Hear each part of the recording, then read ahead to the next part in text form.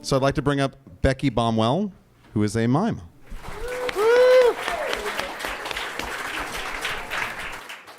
So maybe we could start with when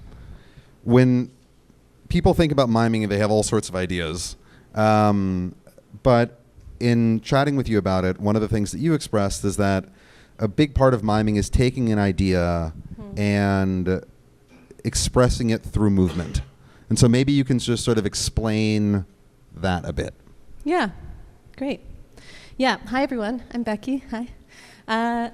I run a company called Broken Box Mime Theater, so I work in an ensemble most of the time. And we use kind of a contemporary version of French pantomime. We do white makeup and use no words on stage and no props and no costume changes. And yeah, when we have an idea, it comes, you were saying before, like the creative spark, use the word spark, and that's the same word I use, that when we want to make something, someone's like, I don't know what it's going to look like, but it's going to be a film noir, whodunit, and everyone goes in reverse. Or someone will be like, I don't know what this is going to be, but I know I want to explore the relationship I have with my father, and realizing when I realized he cheated on my mother, and I want to kind of physicalize that. Or someone will be like, I want to illustrate greenwashing and the kind of the way it makes me feel when I see people put, an eco-friendly thing on a company that doesn't hold up to those promises. So these ideas happen, and then instead of writing them out, we go to a rehearsal room, and we move, because the body's always going to do something different than words can. And then the kind of trick of doing it well is, if I may say, is that you get to know your medium really well. So one half is the body, which is body language, facial expression, invisible objects, transformations, illusions, then all the things you can do with multiple people on a stage, making a group image together. But then the other half is you, it's the audience's imagination. So when we're in the rehearsal room, we're figuring out what part am I gonna tell and what part are you gonna tell, and being really clever about how we're going to collaborate to make the scene. Because if I have like a cup of something, you're gonna make it hot and you're gonna imagine what's in it. I do this with my hand, but I'm using your imagination to fill out the scene. So for example, unfortunately I cannot fly as a human being, but you can imagine me flying. So how do I move my body in such a way that leaves enough empty space for you to make me fly? Yeah, that makes a lot of sense. And maybe you can tell us a bit about the process. So like, we learned about what it's like to practice as a beatboxer. Yeah. What is it like to practice as a mime? Just lots of looking at people on the subway and pretending Two you're subway them. artists back to back. That's right. What does it mean to practice as a mime? There's a lot of like physical discipline, of course, like understanding how the body moves and isolating the different parts of your body, and trying to isolate or understand all 40 to 60, depending on how you count, muscles in your face. Was there one that was really tough? The muscle in my face? Yeah. Was there like a move? No, I'm good at all of them. Okay, all right.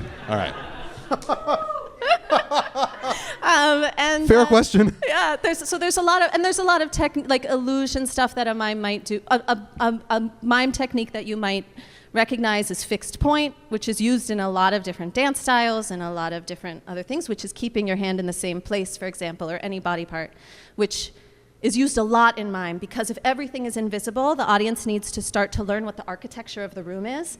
And if I move my hand, the thing I'm touching moves.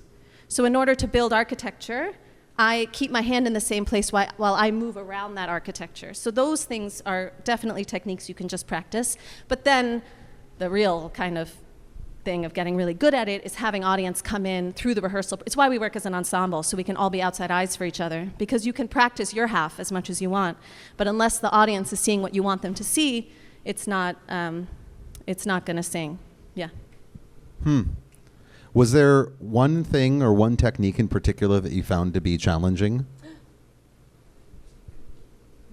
Other than the face stuff? Because like the face stuff was easy. Yeah. Easy. Face stuff, easy. What's a mime technique? Yeah. Whenever we play with time, In mime or in any kind of physical theater, I think it's a word from Lecoq, which is a treatment. When there's a temporal treatment on stage, so either I go into slow motion or I go into reverse or I go into time lapse, like as if things are speeding up. That's difficult to do, but is very fun to do. Interesting. Yeah. So I know you have a exercise for us. Oh yeah. Can you show us? Yeah, you're all gonna be mimes in a matter of minutes. No. No, I thought you said maybe do something or show something. So I thought I would show just like a little deep dive into what the hands can do. And then you can do it from your seat if you want, or you don't have to. And then we're gonna see how it's applied. And I'll show you a minute of a video to show kind of how we apply it. So I'm gonna stand for this purpose. Yeah. Okay, great. So your hands are glorious.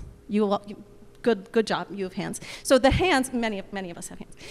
The hands can do gestures, of course. This would mean, yeah, and this would mean, yeah, and this would mean, and what about this? Stop. Yeah, that's right. Yeah, so we have tone. It's not just language, it's the tone of the language, right? So you have all kinds of gestures with your hand. It's hot. Oh my gosh. Yeah, blah, blah, blah, blah, blah. And that's just with the hand in the open shape. You have all kinds of other shapes with your hands too.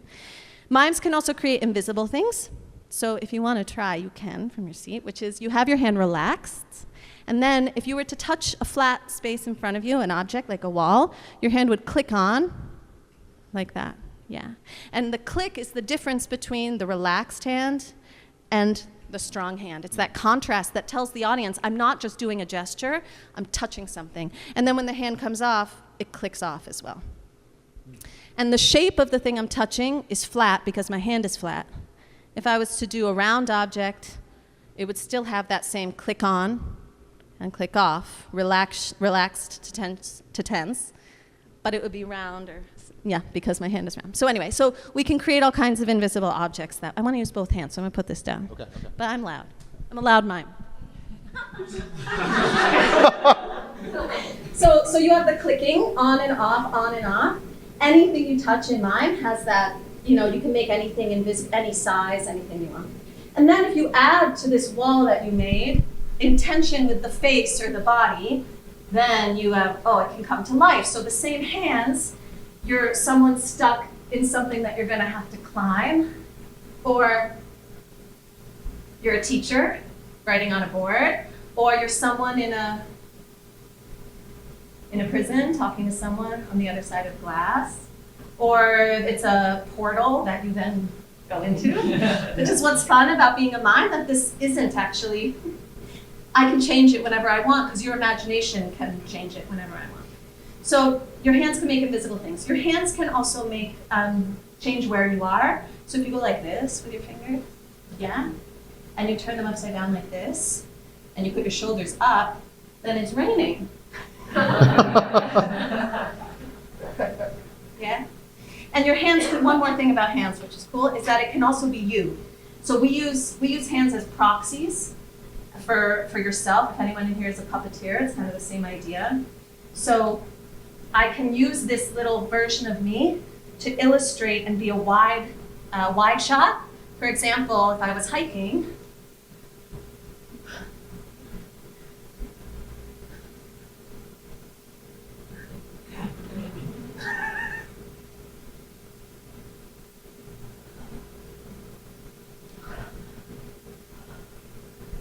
you can go back and forth between those shots of the camera, so to speak, with these little proxies. So your hands can do so much. It's magical.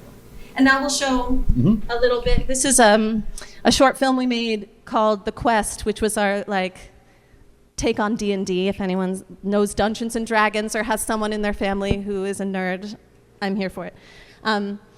That's me with my white makeup on. And this is the three of us. I'm just going to show a minute of it, but I want you to notice the hands and how many different ways they're used. That's fire. I'm an elf that uses fire, and those are my friends. We all are playing D&D together. Here we are walking through, and the environment is changing. And this would be, in our performances, this would be with live music performed on stage with us.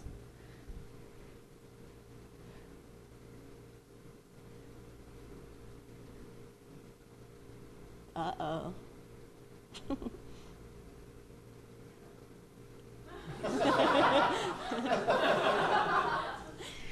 comes that proxy thing I told you about.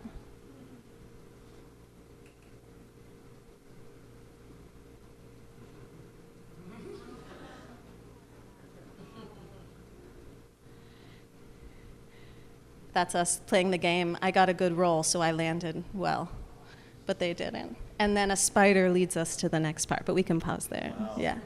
Yeah. Thanks.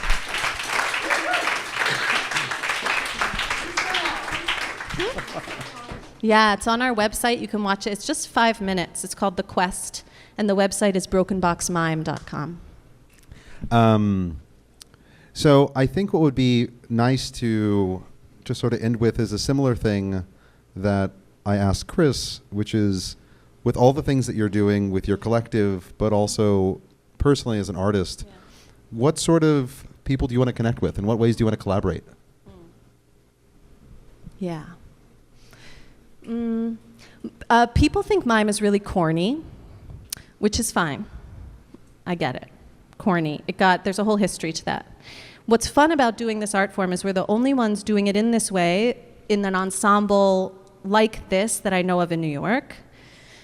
And I think what makes people, when people come to our show, they're super moved and pumped about it and tell all their friends. And I love and hate when people say, you're like the best kept secret in New York. Because I love being like mysterious and secretive, but I'm also like, I don't need to be that much of a secret. Like, let's tell some people about it, which has changed in the last 14 years as this company has grown. But I think the more that people see the work, come to the shows, come to our black and white ball in December, where we kind of celebrate and show what we do, and think about, like, I was lucky enough to work on Biz as well with Chris and Caleb. That show that Chris was talking about is tap dancing and beatboxing. And I think when someone's asked to come to a beatboxing show, you gather one group of people, and when you tap dancing, one group of people. When you bring these things together, not only are you mixing audiences, but you're saying something larger about what performance is outside of your preconceived ideas about what tap is, you know? And I look for the same things with mime. We've performed with live musicians before, or DJs, or orchestras. After Arts orchestras. So collaborations, I'm really curious about what people think about sharing this work. It's very uniquely suited for mixed language audiences too. People can come from different languages or with parents who don't speak English, and they can enjoy the same show together, which I really love. And then one more aspect is I've been really thinking about where to perform recently. I think many of you know who are in the performing arts world, and especially theater companies like ours, we're an itinerant company, so we have no brick and mortar theater. There are hundreds of theater companies like us in New York that rent spaces. And that's become more and more difficult, especially during COVID when a lot of those spaces shut down. So I'm curious about where we can be, if it's a empty commercial space that no one's going to move in for another month, or if it's a cultural institution, or if it's places that you don't typically see theater. We travel very light, so I'm curious if people have ideas of where we could partner to share our work. One thing I'll just note before I forget, Chashama, if you're not familiar with it. Okay. Yeah. But it also sounds like you're pretty open to brainstorming and helping people figure out what those collaborations can look like. That's right. They don't need to come to you with a finished product. If this was interesting to you, just come say hi to me. Cool. Well, Becky, thank you very much. Thank you. Yeah.